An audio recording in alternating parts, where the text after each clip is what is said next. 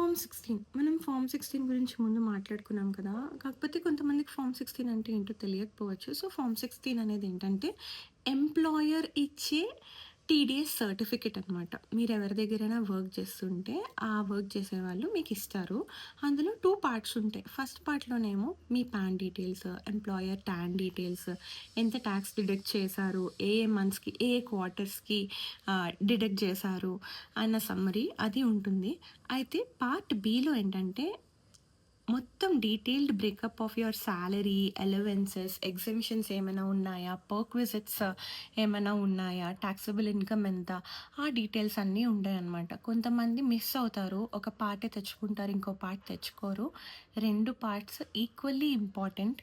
ఎందుకు అంటే కొన్నిసార్లు మీకు ఆ డీటెయిల్స్ లేవనుకోండి, మీరు చెప్పే సాలరీకి మీకు కట్ అయిన ఇన్కమ్ ట్యాక్స్‌కి కొంచెం పొంతన ఉండదనమాట.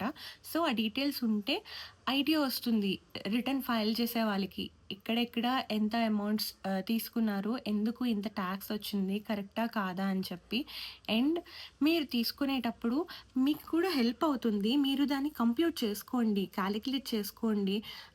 చేసుకొని కరెక్ట్‌గానే ట్యాక్స్ కట్ చేశారా లేదా అనేది కూడా మీరు తెలుసుకోవచ్చు. ఓకేనా?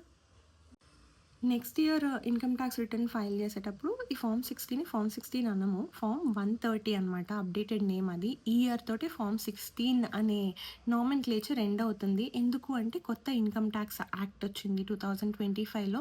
దానిలో ఆల్మోస్ట్ అన్ని నేమ్స్ అప్డేట్స్ అయ్యాయి. అంటే ఫార్మ్ నంబర్స్ అవ్వచ్చు ఏవైనా అప్డేట్స్ అయ్యాయి. నేను జస్ట్ ఒక సమ్మరీ వీడియో లాగా లాంగ్ ఫార్మ్ వీడియోలో పెట్టాను. Maybe you can go and check it out. Thank you.